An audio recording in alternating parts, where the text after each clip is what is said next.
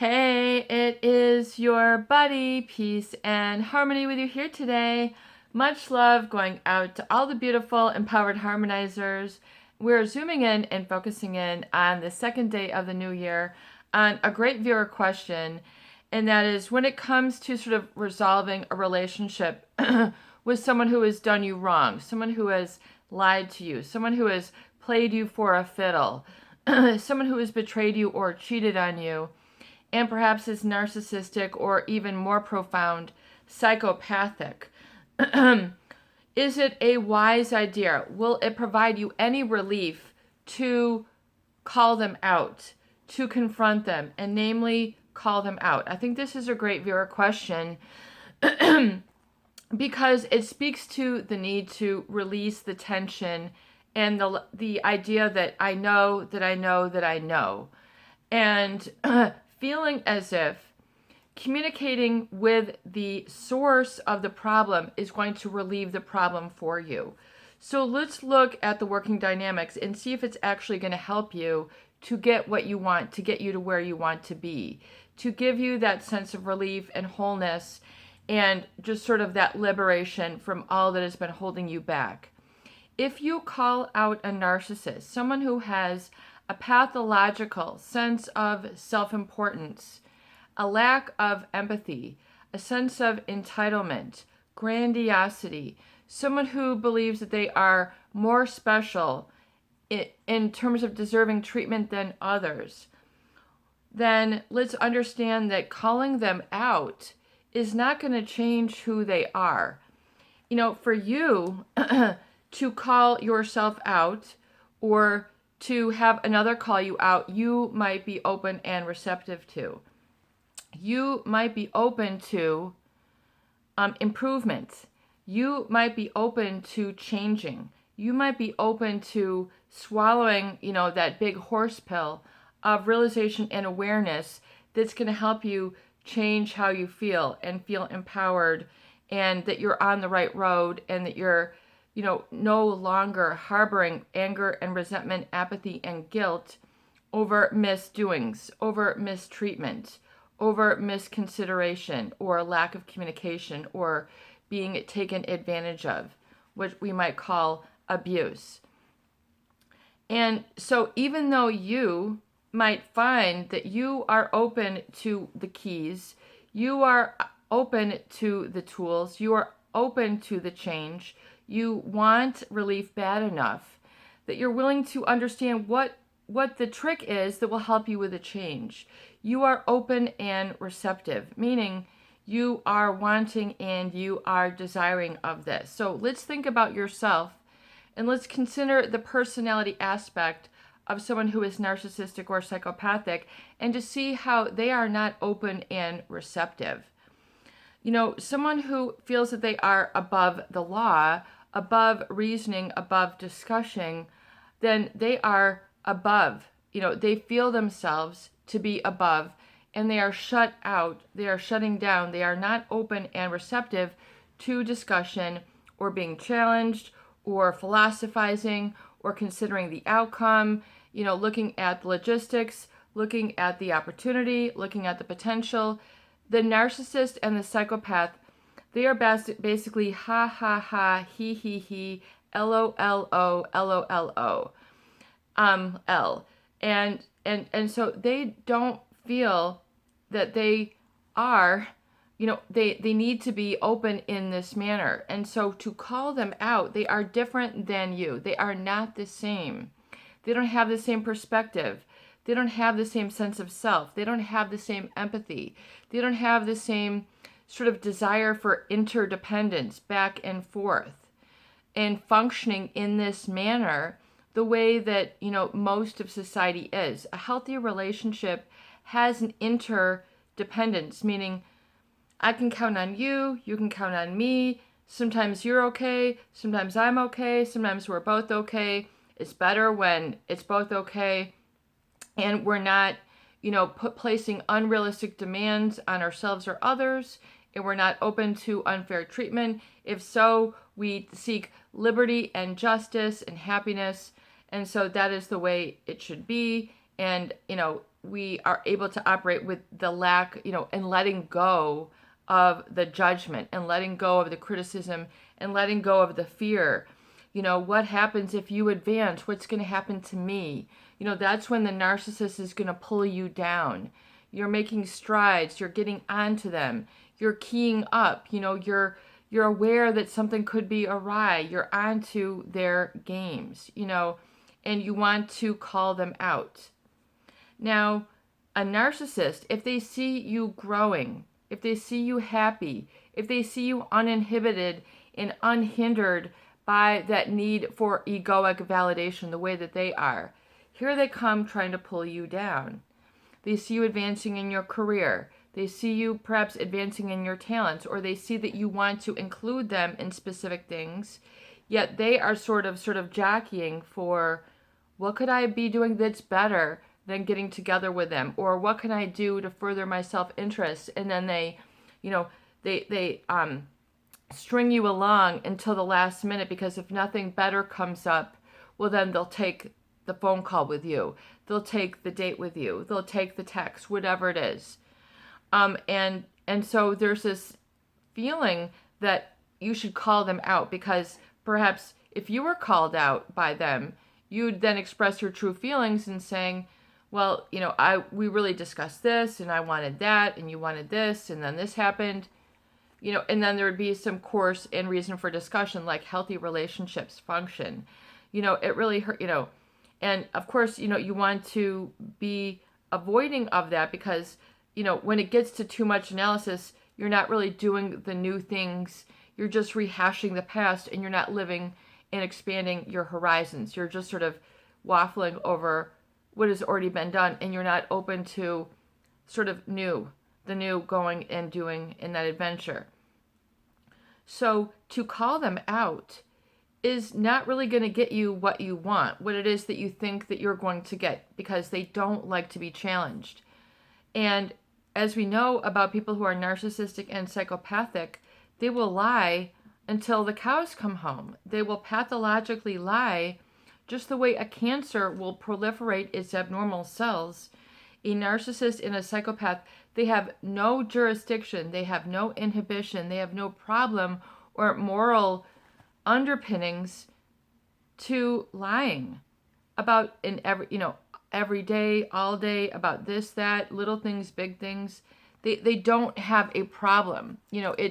They feel entitled, that they feel that this is a gray area, that they just should have liberty and to do this. And especially the psychopath, they don't really ever feel or see that they have done anything wrong, because they don't have a moral underpinning. They don't have a conscience. They don't feel bad if they hurt or hinder or take another down. This is just what they do, actually, to sort of feel that they're impacting life, and that they're in that's what serves as a foundation or a purpose of a relationship for them, to see others squirm and squirrel and be confused and kind of wondering about them, and kind of, looking at this and that. This is, what keeps them stimulated. You have to understand that is what a psychopath does. This is just, they're becoming the seed of who they are. The narcissist is becoming the seed of what they are. An apple seed is becoming an apple tree over there. An apple seed is becoming an apple tree or an apple orchard. They are becoming the seed of which they are. So to call them out is just to really be misdirected. And if you feel that sort of bottlenecking situation where, I would be relieved if I called them out. So sometimes that confrontation, spilling the beans, spilling the candy, letting it all out, like a corked up, shaken up soda or a champagne bottle, that it eventually is just going to be like emotional vomitosis, where you just want to confront them, shake your hand, holler and yell, that might provide a good catharsis for you. Catharsis meaning it'll give you that relief and release that you are looking for.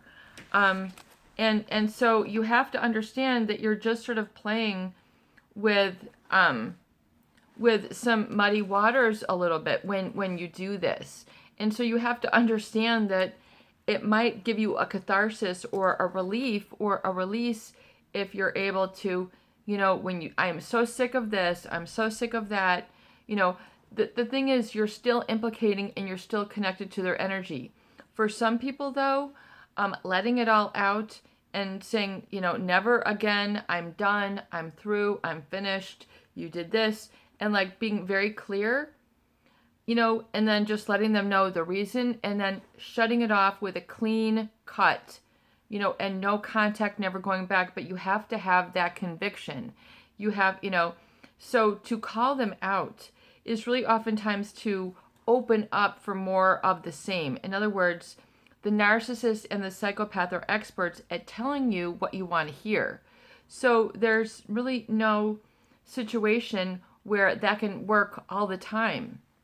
In fact, oftentimes people in the midst of trying to call them out or confront them are then secretly open to, well, will they apologize? Will they say, I'm sorry? Will they say, I didn't mean this to happen?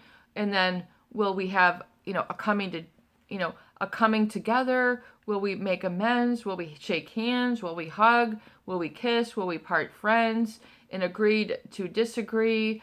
And, see if we can make it happen. Do you see? So you're leaving the door open for more of the same. So you need to really take stake and take account of what it is that you're actually dealing with and really emerge from that denial that's keeping the hurt and keeping you connected and stuck to the trauma bond.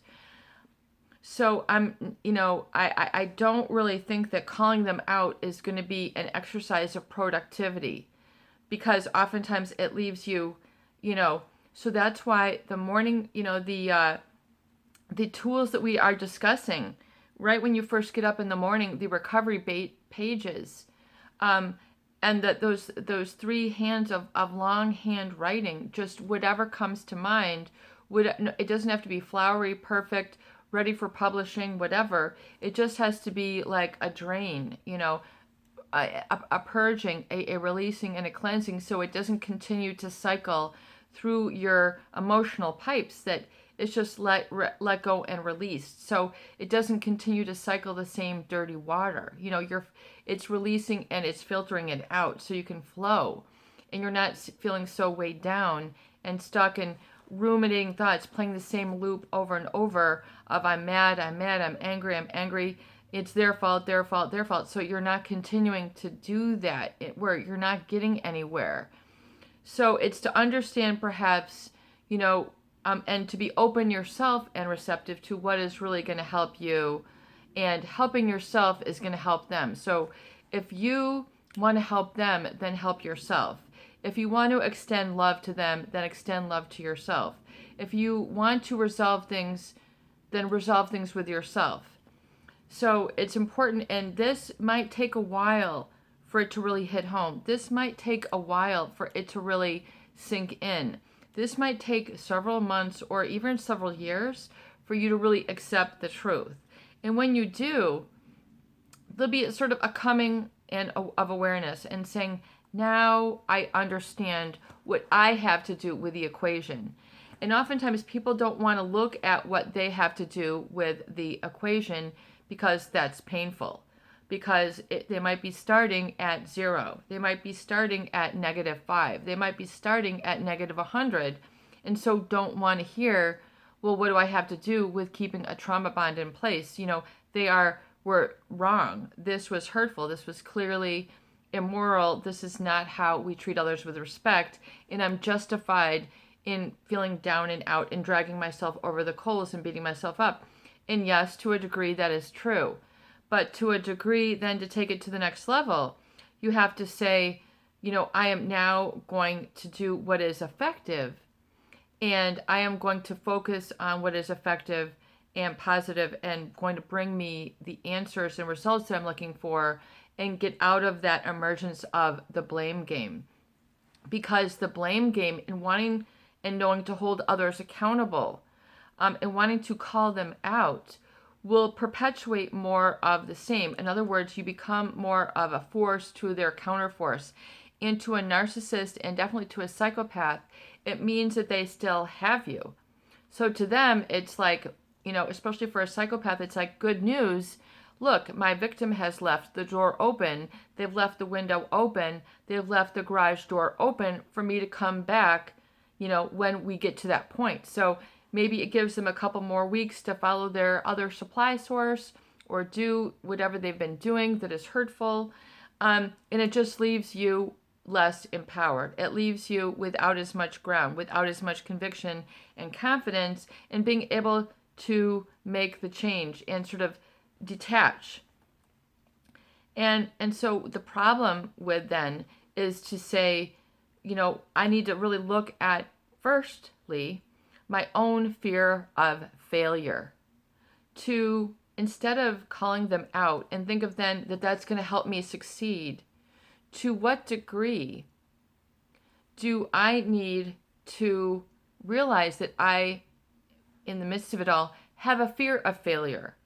That part of me is fearful of moving forward, moving on, that I don't have what it takes, and that the negative thoughts get in my way.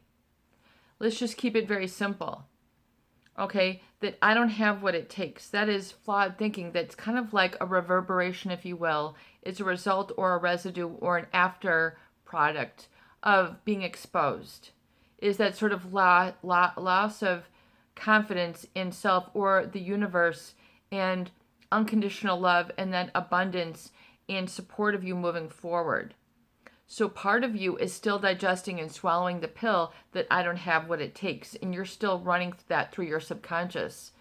You still have that circulating. You still have that, even though you don't hear it, even though you don't consciously maybe feel it a lot, it is still part of your emotional pain body.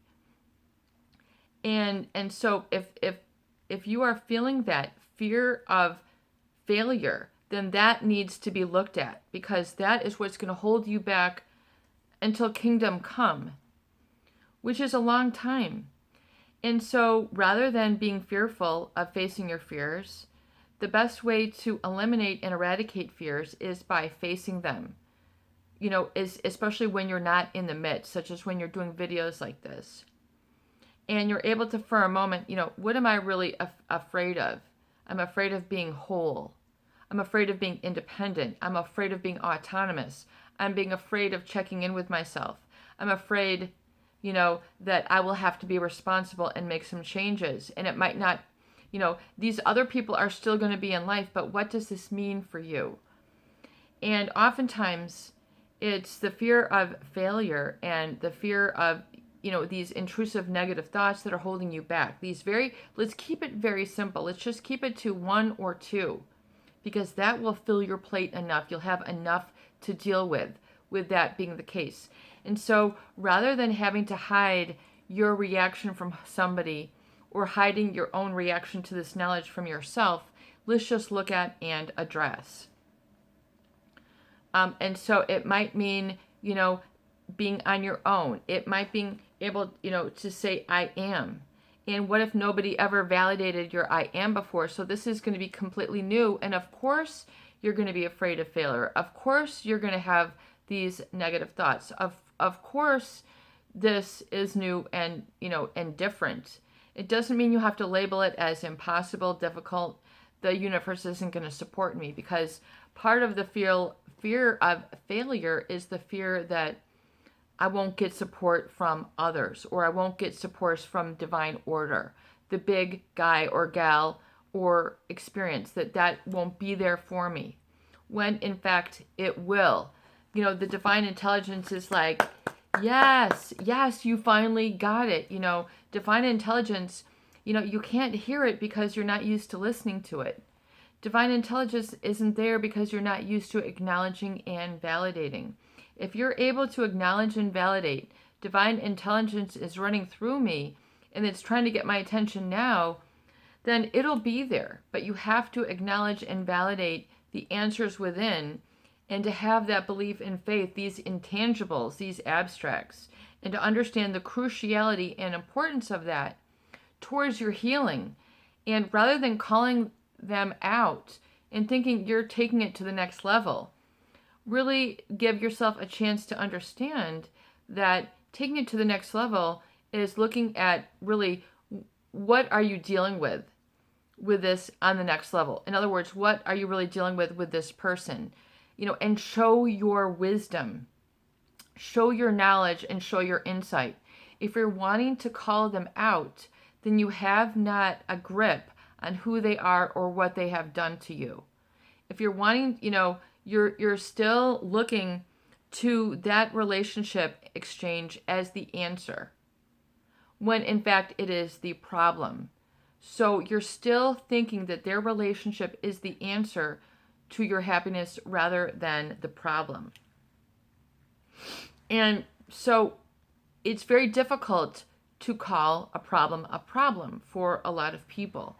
It's very difficult to say, this is my problem, this is their problem, this is our problem.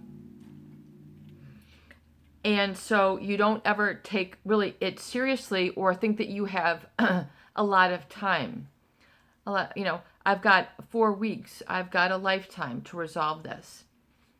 And then so weeks and months and years go by, excuse me, I have an itch, going by, that it is not addressed. And then people aren't accountable for themselves until really they start looking at this with a seriousness and a reality, and then the understanding that it can get better, but there are some specifics that are required. And the universal law of kind of understanding and embracing your own strength, and then that divine intelligence that's trying to get your attention, but every time it tries to get your attention, the right info, the right perspective, the right action, the right accountability, every time it sort of makes its presence known, people sort of brush it away. It's too good to be true. I can't do that. I can't back myself up. So there's the problem with a lack of faith or belief in self, and then a lack of faith or belief in the divine intelligence. Oh, but I'm a super spiritual person, religious. Well, check that out. If so, then where is your faith? Where is your belief? Is it really where it should be? Do you really believe in the divine running through you? Do you really believe in success running through you? Do you really believe, and know what you're dealing with this individual? And if so, or if not, then check that out. And oftentimes, what the problem is rather than it being a problem of I can't, it's a problem of I won't. Not a problem of I can't, it's a problem of I won't. I won't do the recovery journal. I won't go on the recovery dates. I won't look at, my degree of anxiety. I won't invest in myself. I won't do the recovery gift. I won't do the affirmations. I won't do the astramations. I won't block time aside to focus on my strengths. I won't become aware of the messages the universe is sending me. I won't expand my relationships. I won't expand my interests. Do you see how it's the negative, the I won'ts, that are really holding you back? And if you can swallow that understanding, that it's not oftentimes that you can't, it's that you won't. You won't embrace your strengths. You won't embrace what is required. You won't embrace what it's going to take. You're too worried, anxious, wanting to call another out. So I beg of you, or request of you, or offer the opportunity for you to look at this distinction and make these one of your key and core distinctions that you look at and address your happiness moving forward. This is your buddy, Peace and Harmony. I hope these videos do help. Please share, subscribe, and donate, and please join the new Peace and Harmony memberships to take your constructs and these distinguishing discussions to the next level, to really get to where you're going. It's an absolute passion that I have to bestow and give upon you, which I hope to do in these the Peace and Harmony memberships. We've got the 3 levels. I'm going to put a link here right by the video. I still have a lot of people contacting me saying they can't find this link. It is on the homepage here under the join and membership tabs. I'm also putting links up next to the videos, so you can just click on there to join. But it's really important, I think, that you understand these fine distinguishers, that you are telling yourself your self-talk and what you're really latching onto. Because that's going to make all the difference in where you end up and where you go and what you realize in the hours, days, weeks, months, and years ahead. I look forward to your feedback. Have a beautiful day.